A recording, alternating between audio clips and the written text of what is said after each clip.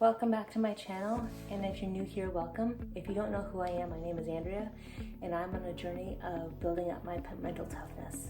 75 days, I'm doing my own version of 75 hard. Basically what that entails is 2 45-minute workouts. I'm choosing to do the outdoor workout optional in case it rains, because it's no fun walking in the rain, and it's not like it's in the middle of the city where it's flat. It's very hilly, so it's unsafe to be walking in the rain here, especially along the road. I already did one workout. I did it first thing this morning, took my dog for a walk, and she's tired as hell. So I'm about to do my second workout of the day.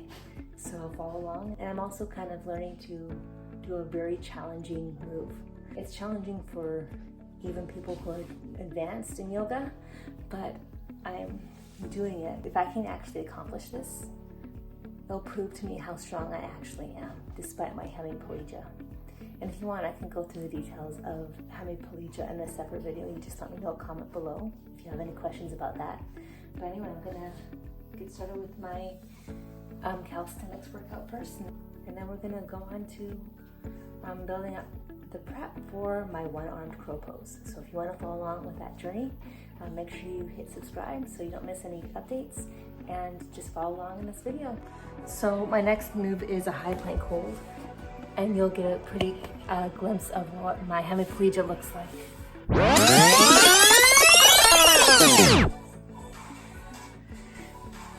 There. See, so what I was gonna say is, do you see how my arm is not really that straight? That's as straight as I can get my arm. I've tried pulling it and stretching it out in the past, and eventually I might be able to get it straighter, but this is what my version of the high plank looks like. And you can see that I'm on the backs of my feet instead of my toes. This is because every time I've done it on my toes, my hip actually raises up higher, making it very uneven, and I just don't do the pose well. So for me to actually do the pose well, I need to be on the tops of my feet. Even though it doesn't look perfect, this is my version of planks and bear crawls and all that. And side planks like this are actually really tough for me. I don't have any strength on my wrist, so I always do it on my forearms. And it still works just as well. It works just as hard. I'm actually very proud that I'm pushing myself and trying to get this side so much stronger.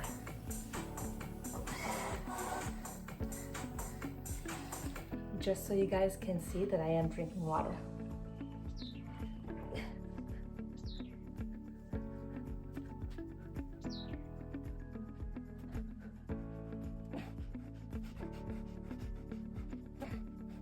Well, I'm proud of myself. I pushed through working out today, even though I didn't want to work out. And now that I've got both sets of workouts done, I don't need to worry about it for the rest of the day. That's the best part about doing this challenge. The hardest part is showing up even when you don't feel like it. That's the hardest part, but this is what builds your mental toughness. This is what I wanted to achieve doing this challenge. I know this challenge isn't suitable for everybody, and there's other ways to build up discipline. But I have the time throughout my day to do 2 workouts. I have the time throughout my day to read for 10 pages. I have the time. So why not? Why not make the most of it? I am gonna keep pushing through this right now, because who knows? I may actually keep it up after. Only time will tell. And I can't wait to see what the next 2 months are gonna look like for me. Gather round her, miner's lady, stranger to blue water, dark and dusty, painted on the sky, misty taste of moonshine, teardrop in my eye, country roads take me home to the place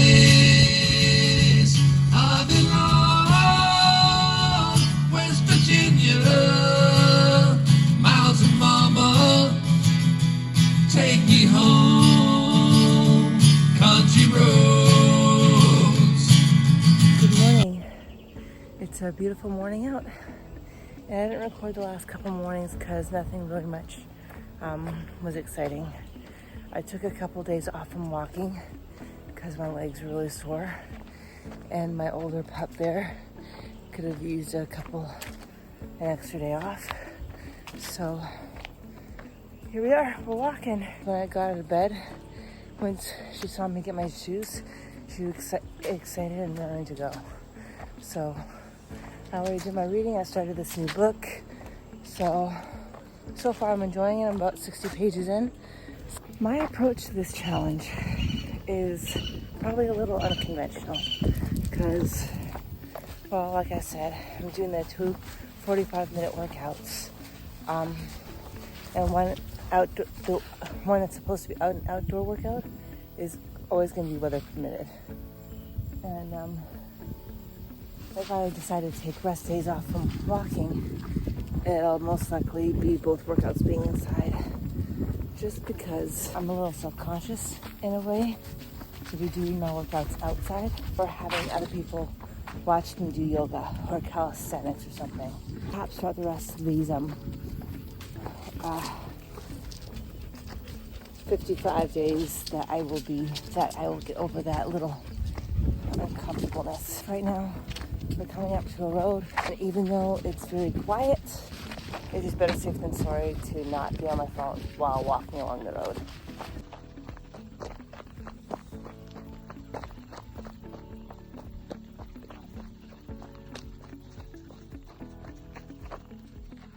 This is a lot slower than I would walk, but we're along the road, and I need to have my dog next to me on a leash. She's got hip dysplasia, so I'm doing my best not pushing her super hard. We're gonna walk a little bit further, then turn around. Right there, where it says Monkey Trail on the right, that's where our turnaround point had been all last week. Well, for a few days last week. Today, Nala wanted to go just a little bit further, and so did I. But I made sure to ask. She's the one that kept leading the way down. So she's doing very well today. I mentioned it before and I'll say it again. I love going for morning walks. It's like the best time of the day. One, because it's peaceful, because nobody's up yet. Two, the roads are quiet, so it's easier to walk along the road. The roads are not as busy like they are, say, at around 7 o'clock. I mean, you can hear the cars right now. The road's just starting to get busy. As long as I get out of bed and get out the door by 5, it's a perfect time to walk. You happy dog, Nala? You happy dog? Back in our neighborhood. Here's our beautiful keyhole. It's 5:55 and I finished the walk with my golden retriever. Now I'm just walking this little girl right over here. And I'm waiting for her to take her sweet time. But I think I'm just gonna start walking back and grabbing her leash, because she is a dog that would take off if I took my mind off her for 1 second. So I have to keep a close eye on her always. Good morning. It's day 24 and I actually told myself to get the fuck out of bed and go for a walk. I was lying in bed with my leg muscles sore because I worked hard during my workouts yesterday, and I did a lot more activity. Not a lot more, but I did more activity than I did previously for the last 2 days prior. Oh, there's a raccoon.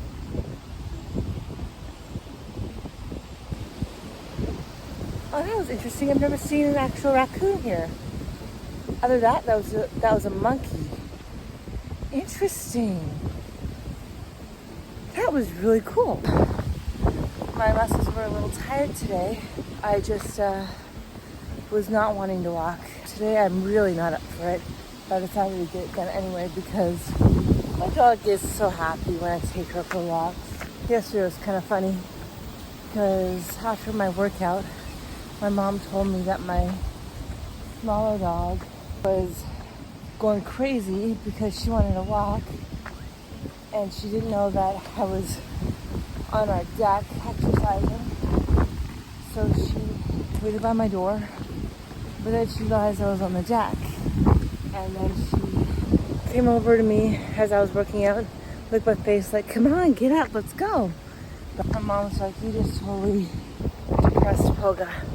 But then I said, well, I'm still taking her for a walk. I was just not up for doing the long walk today. And needless to say, my pup was really happy. She's doing so well lately. Her hip dysplasia seems to have really improved since walking her. And I've given her a couple days off just to give her some rest, because she is an older dog, so I don't want to push her too hard. But every time I give her a rest, the next day she's raring to go. So it seems to me that she bounces back really quickly, and I'm just happy. I mean, she's 11 years old, so I don't want to push her too much. So I try to keep her going at her own pace, but I keep stopping for her because I caught her yesterday eating out of one of our neighbor's trash. So just to make sure she doesn't do that again, I can't let her trail behind too much. But no, she's doing fantastic. I'm so proud of her.